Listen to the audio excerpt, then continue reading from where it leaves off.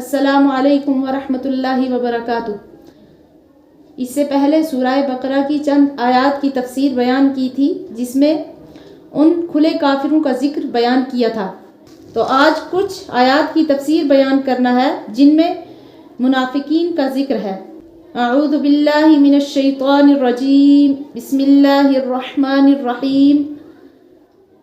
وَمِنَ النَّاسِ مَن يَقُولُ آمَنَّا بِاللَّهِ وَبِالْيَوْمِ الْآخِرِ وَمَا هُمْ بِمُؤْمِنِينَ، لوگوں میں سے کچھ ایسے ہیں جو کہتے ہیں ہم ایمان لائے اللہ پر اور قیامت کے دن پر، حالانکہ وہ ایمان نہیں لائے ہوتے۔ يُخَادِعُونَ اللَّهَ وَالَّذِينَ آمَنُوا، وہ دغا بازی کرتے ہیں اللہ سے اور ایمان والوں سے۔ وَمَا يَخْدَعُونَ إِلَّا أَنفُسَهُمْ وَمَا يَشْعُرُونَ، اصل میں وہ کسی کو دغا نہیں دیتے مگر اپنے آپ کو ہی دیتے ہیں اور وہ اس چیز کو محسوس نہیں کر سکتے۔ فِي قُلُوبِهِم مَرَضٌ فَزَادَهُمُ اللَّهُ مَرَضًا، ان کے دلوں میں بیماری ہے پس بڑھا دی اللہ نے ان کی بیماری۔ وَلَهُمْ عَذَابٌ أَلِيمٌ بِمَا كَانُوا يَكْذِبُونَ، اور ان کے لیے دردناک عذاب ہے اس بات پر کہ جو وہ جھوٹ کہتے تھے۔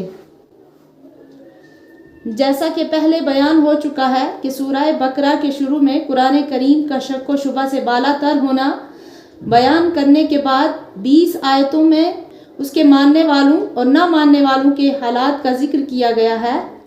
اول 5 آیتوں میں ماننے والوں کا تذکرہ متقین کے عنوان سے ہے، پھر 2 آیتوں میں ایسے نہ ماننے والوں کا ذکر ہے جو کھلے طور پر قرآن کا انکار کرتے تھے۔ ان 13 آیتوں میں ایسے منکرین اور کفار کا ذکر ہے جو ظاہر میں اپنے آپ کو مومن یعنی مسلمان کہتے تھے مگر حقیقت میں مومن نہ تھے، تو ان لوگوں کا نام قرآن میں منافقین رکھا گیا ہے۔ تو جو آیت پڑھی اس میں منافقین کے متعلق فرمایا ہے کہ لوگوں میں بعض ایسے ہیں جو کہتے ہیں کہ ہم ایمان لائے اللہ پر، حالانکہ وہ بالکل ایمان والے نہیں ہیں، بلکہ وہ چال بازی کرتے ہیں اللہ سے اور ان لوگوں سے جو ایمان لا چکے ہیں، اور واقع میں کسی کے ساتھ بھی چال بازی نہیں کرتے بجز اپنی ذات کے، اور اس کا وہ شعور نہیں رکھتے۔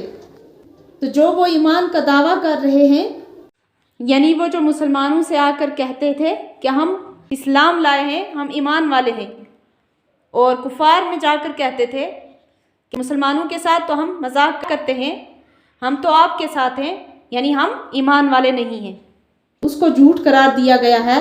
اور یہ کہ ان کا یہ دعویٰ محض فریب ہے۔ یہ ظاہر ہے کہ اللہ تعالیٰ کو کوئی فریب نہیں دے سکتا، اور یہ لوگ بھی ایسا نہ سمجھتے ہوں کہ ہم اللہ تعالیٰ کو دھوکہ دے سکتے ہیں، مگر رسول اللہ صلی اللہ علیہ وسلم اور مسلمانوں کے ساتھ ان کی چال بازی کو ایک حیثیت سے اللہ تعالیٰ کے ساتھ چال بازی قرار دے کر فرمایا گیا کہ یہ لوگ اللہ تعالیٰ کے ساتھ چال بازی کرتے ہیں۔ اسی لیے اس کا نتیجہ یہ بتلایا گیا کہ یہ بیوقوف اپنے سوا اور کسی کے ساتھ چال بازی نہیں کر رہے ہیں، کیونکہ اللہ جل شانہ تو ہر دھوکہ فریب سے بالا تر ہے ہی، ان کے رسول صلی اللہ علیہ وسلم اور مومنین بھی وحی الہی کی وجہ سے ہر دھوکہ فریب سے محفوظ ہو جاتے ہیں، کوئی نقصان ان کو نہیں پہنچتا۔ البتہ ان کے دھوکہ فریب کا وبال دنیا اور آخرت میں خود انہی پر پڑتا ہے۔ دوسری آیت میں یہ فرمایا کہ ان کے دلوں میں بڑا مرض ہے، تو اللہ نے اور بھی بڑھا دیا ان کے مرض کو، یعنی بیماری کو۔ مرض اور بیماری اس کیفیت کو کہتے ہیں جس سے انسان اپنے اعتدال مناسب سے نکل جائے اور اس کے افعال میں خلل پیدا ہو جائے، جس کا آخری نتیجہ ہلاکت اور موت ہوتا ہے۔ تو قرآن و حدیث کی اصطلاح میں ان نفسانی کیفیات کو بھی مرض کہا جاتا ہے جو نفس انسانی کے کمال میں خلل انداز ہوں، اور جن کی وجہ سے انسان اپنے انسانی اعمال سے محروم ہوتا چلا جائے، جس کا آخری نتیجہ روحانی موت اور ہلاکت ہے۔ حضرت جنید بغدادی رحمۃ اللہ علیہ نے فرمایا کہ دلوں کے امراض یعنی دلوں کی جو بیماریاں ہیں یہ خواہشات نفسانی کے اتباع سے پیدا ہوتے ہیں۔ تو اس آیت میں ان کے دلوں میں چھپا ہوا جو کفر ہے اس کو مرض فرمایا گیا ہے، جو روحانی اور جسمانی دونوں اعتبار سے بڑا مرض ہے۔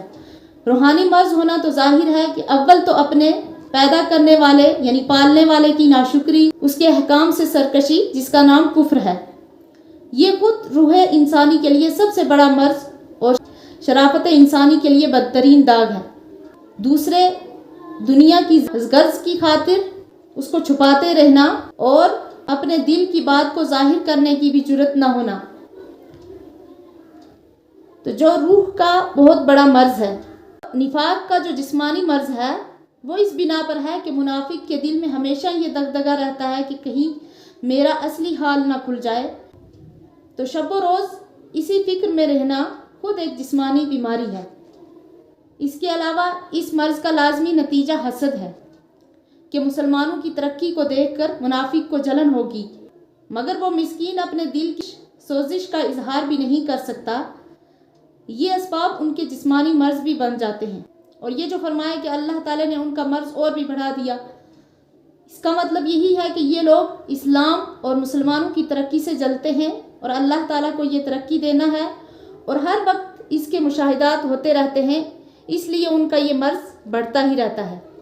تو یہ تھی ان آیات کی تفسیر۔ آگے انشاءاللہ اس کے بعد والی آیات کی تفسیر کرنی ہے جو ان کے فساد کے بارے میں ہے۔ تو جب تک کے لیے اجازت دیجیے، اللہ حافظ۔